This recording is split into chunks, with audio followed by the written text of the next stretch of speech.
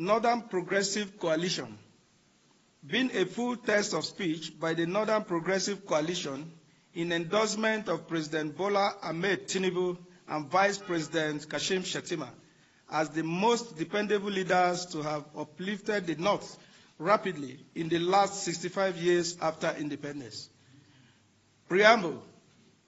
Esteemed compatriots of Northern Nigeria, respected traditional rulers, eminent political leaders, distinguished representatives of civil society, women, all youth coalition, and the teeming masses whose voice echo in the heartbeat of our cherished region.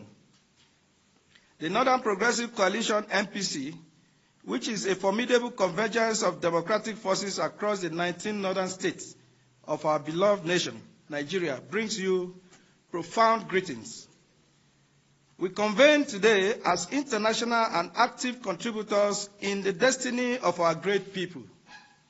People whose pride in their identity has remained unshakable.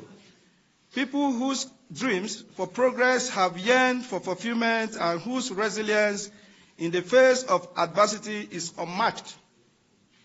There are people who are not spectators in the matters of national development. Therefore, it is in this spirit of collective introspection and nationalism that we convene this historic gathering that is not only aimed at reflecting on the realities of northern Nigeria, but more importantly, to issue a solemn declaration of support, loyalty, and to endorse the leadership of President Bola Ahmed Tinubu and Vice President Kashim Shettima. For decades, our region is known to be subjected to a barrage of systemic underdevelopment, political tokenism, economic disenfranchisement, and infrastructural neglect, all of which are often depicted in manipulative narrative and sterile data that fail to capture the harshness of lived realities from Bauchi to Zamfara, from Taraba to Sokoto. However, despite this widespread disenchantment, a ray of hope, clear political intent, and visionary policies have broken through the clouds of expectation. This beacon of hope is embodied in Tinubu Shettima administration, which is less than 2 years has initiated what can be called a socio-political renaissance in northern Nigeria. This purposeful recalibration of our national priorities now reflects strategic and empowerment of the North as a crucial pillar in Nigerian national architecture, as well as inclusion, justice, and economic pragmatism. Issues of development, the North and the rest of the country. In this important that we first examine, the obvious realities existing in the developmental differences which have plagued the northern Nigeria or the northern region of Nigeria for far too long.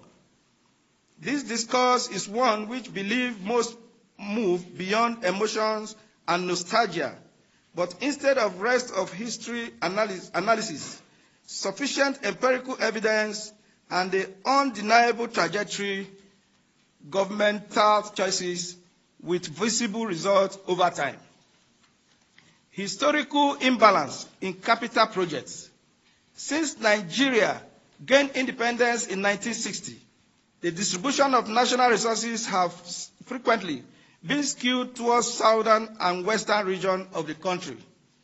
Particularly on the development of infrastructure, the northern region has frequently been underrepresented in capital-intensive initiatives despite having large landmass, growing population, and strategic geopolitical significance. Also, while federal highways, educational institutions, electrical grid, and railway revitalization were all dispersed inequitably by succeeding administration, the North was left in a developmental void. Weaponization of insecurity, a very peculiar tragedy of northern Nigeria post-military era has been the weaponization of insecurity from one administration to the other. And it gets more intense subsequently, from the insurgents in the northeast to the banditry in the northwest and farmer-herder conflict in the north central. The story has been the same: exploitation of violence for political and economic gain, certain northern elites blinded by ethno-sectarian greed deliberately suppressed interventions that would have ameliorated the root causes of unrest. This created an endless loop of poverty, displacement, school dropout, and system stagnation, political marginalization, and appointment tokenism.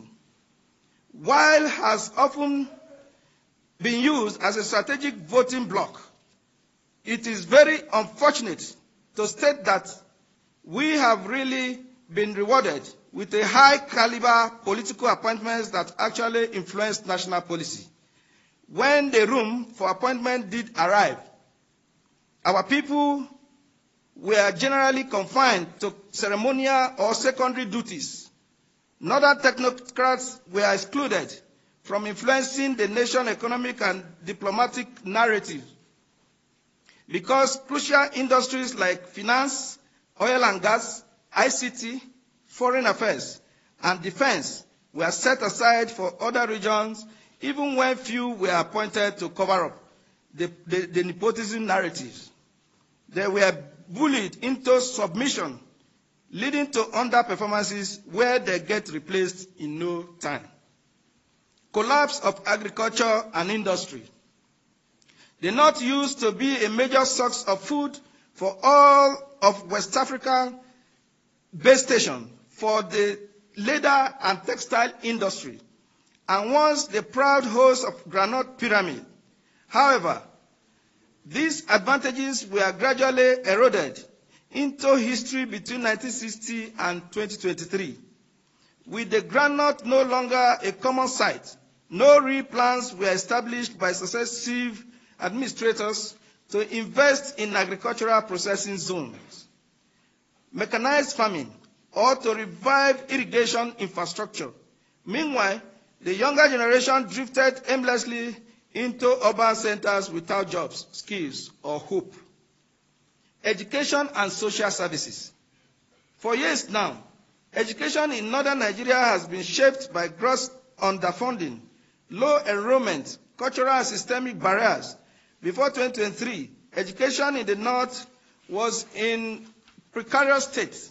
The region accounted for over 66% of the country's estimated 10.5 million out-of-school children. The Almajiri system lacked oversight and integration into the formal learning, poverty, and traditional norms further suppressed school attendance, especially for girls and rural children. Infrastructural deficits, outdated curricula, and limited teachers' capacity added to the problem. In many rural areas, access to basic health care is still a pipe dream, while southern Nigeria developed health insurance policies, digital education ecosystem, and urban resilience frameworks. Northern Nigeria was left with donor-dependent program and unsuccessful policy experiments. It is in this context that we must appreciate what the Tinubu-Shettima ticket has done in abolishing the long, deep structural imbalance